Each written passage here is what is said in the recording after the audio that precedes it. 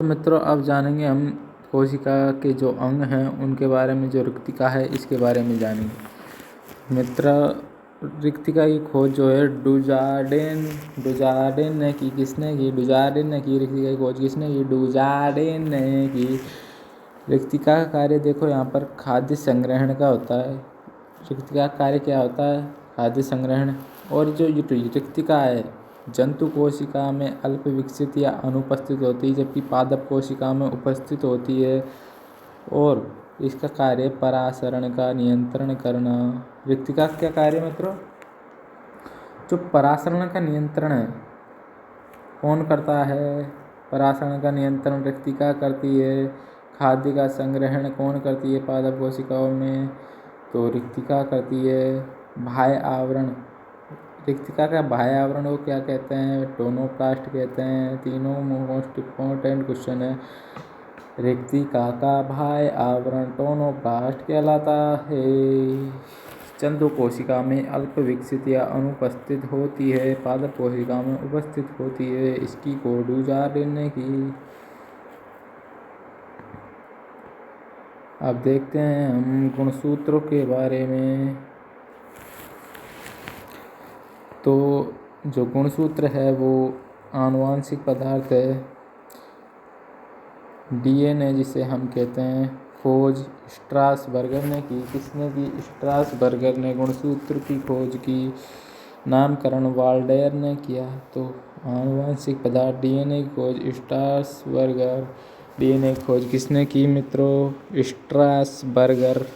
और नामकरण वाल्डेयर ने किया। आनुवांशिक पदार्थ की खोज 1869 फ्रेडरिक मीशर ने की। आनुवांशिक पदार्थ की खोज 1869 फ्रेडरिक मीशर ने की। देखो अब यह है गुणसूत्र। गुणसूत्र का जो है बिंदु है, गुणसूत्र की ये चित्र है मित्रों। ये इसका ऊपरी भाग सिस्टर क्रोमेटिक और निचला जो भाग दूसरे क्रोमोसोम से जुड़ा होता है सैटेलाइट डीएनए भी कहते हैं। VNTR भाग होता है ये। और बीच का जो बिंदुनुमा भाग है गुणसूत्र बिंदु होता है, सेंट्रोमीटर कहते हैं, सेंट्रोमियर कहते हैं। गुणसूत्र का निर्माण हिस्टोन प्रोटीन तथा डीएनए उपस्थित होता है इसमें। गुणसूत्र में क्या क्या उपस्थित होते हैं? गुणसूत्र का निर्माण जो है हिस्टोन प्रोटीन तथा डीएनए के द्वारा होता है। गुणसूत्र का निर्माण हिस्टोन प्रोटीन डीएनए द्वारा होता है। अब जानते हैं हम कोशिका के बारे में। कोशिका का विलयनों में जो क्या क्या प्रभाव दिखता है उसके बारे में जानेंगे। अति पराशरी विलयन में कोशिका जो है क्या रिएक्शन करती है इसके बारे में जानते हैं। अति पराशरी यानी कि जब कोशिका को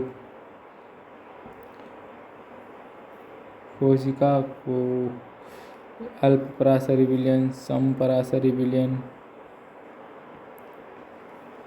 इसके बारे में देखते हैं बाद।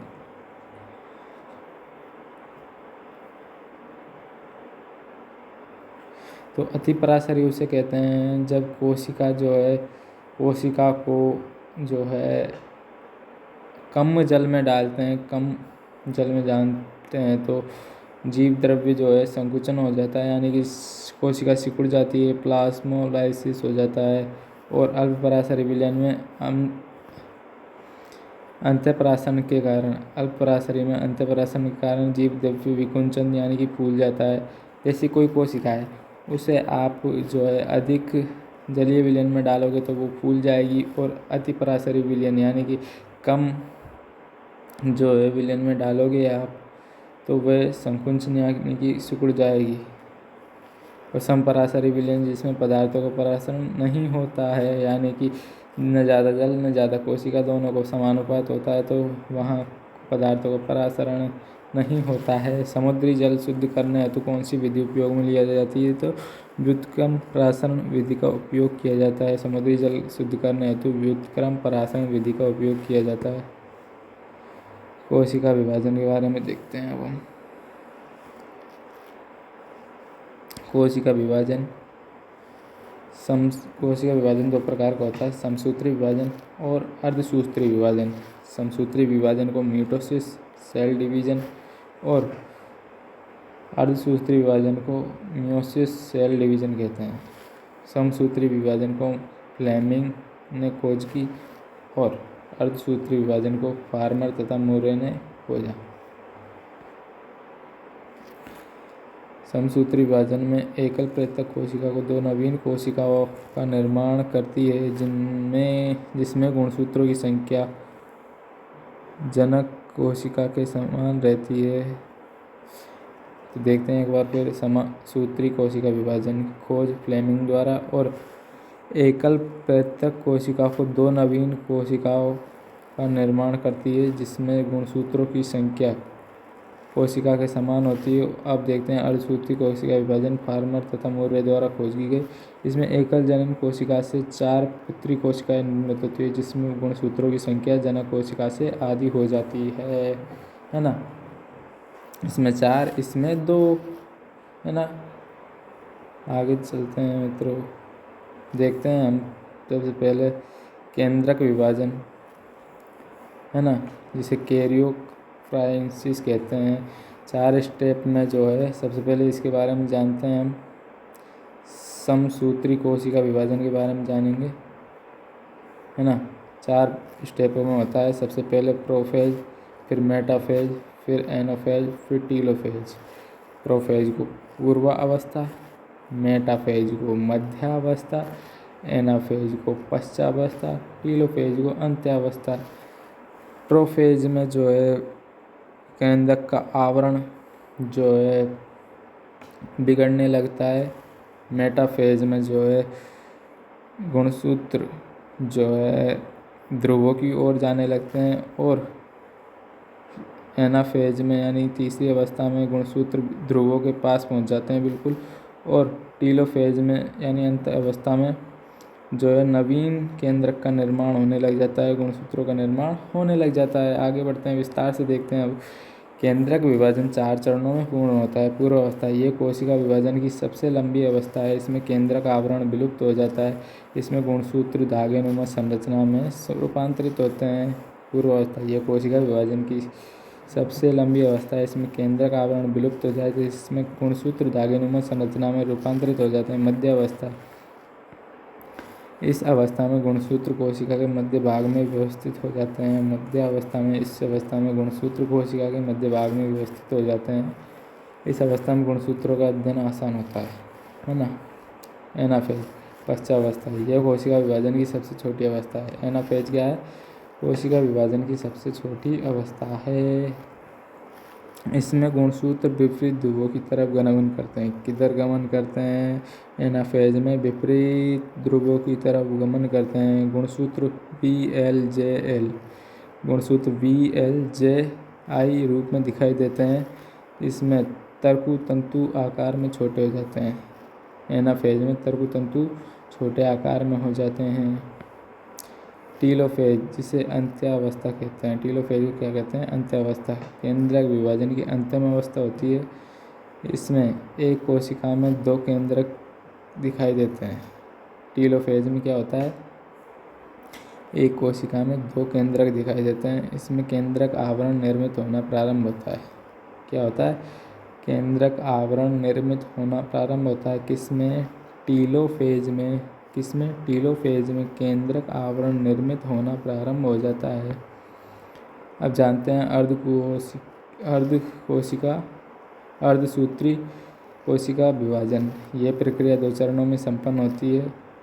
यहाँ पर प्रोफेज 1, मेटाफेज 1, एनाफेज 1, टेलीफेज 1 और prophase 2, prophase 3, anaphase, prophase 2, metaphase 2, anaphase 2, टेलीफेज 2, यानी 2 चरणों में 4 जो स्तर होते हैं इसके, यानी कुल मिलाकर 8 स्तर होते हैं। अर्धसूत्री विभाजन के दौरान प्रोफेज सबसे लंबी अवस्था होती है।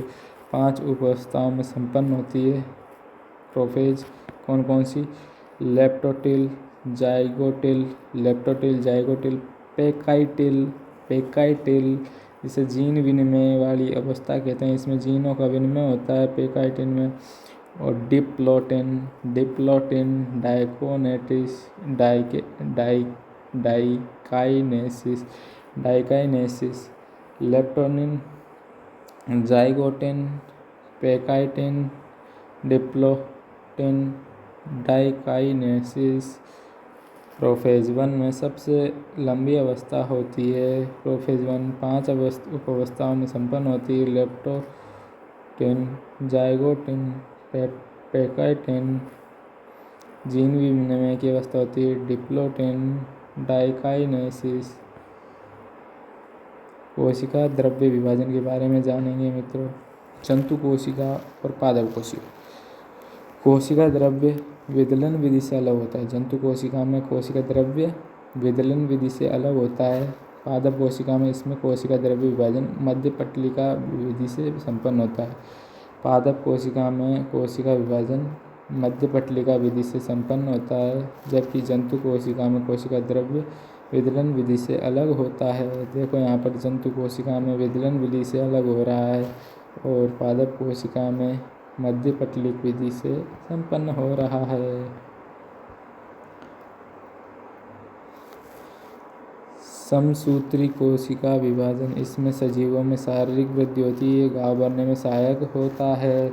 समसूत्री विभाजन के द्वारा क्या होता है, सजीवों में शारीरिक वृद्धि होती है और घाव भरने में सहायक होता है। जबकि अर्धसूत्री विभाजन मियोसिस सेल डिवीजन, इसके द्वारा युग्मक निर्माण से शुक्राणु निर्माण होता है। अर्धसूत्री विभाजन से इसके द्वारा युग्मक निर्माण शुक्राणु अंडाणु का निर्माण होता है। इस विभाजन द्वारा सजीवों में वेरिएशन भिन्नता पाई जाती है। वेरिएशन भिन्नता किसके कारण होती है, अर्धसूत्री विभाजन के कारण शुक्राणु अंडाणु का निर्माण के कारण होता है। अर्धसूत्री विभाजन के कारण युग्मक का निर्माण किसके कारण होता है, अर्धसूत्री विभाजन के कारण। वेरिएशस भिन्नता किसके कारण होती है, अर्धसूत्री विभाजन के कारण। इसी के साथ मित्रों ये चैप्टर हमारा कंप्लीट होता है। और मित्रों बताएं क्या क्या कमी है इस वीडियो में, बोलने में, कैसे एक्सप्रेशन में, मतलब क्या कमी है इसके बारे में हमें बताएं, ताकि हम अच्छे से अच्छा जो है आपको कंटेंट उपलब्ध करा सके।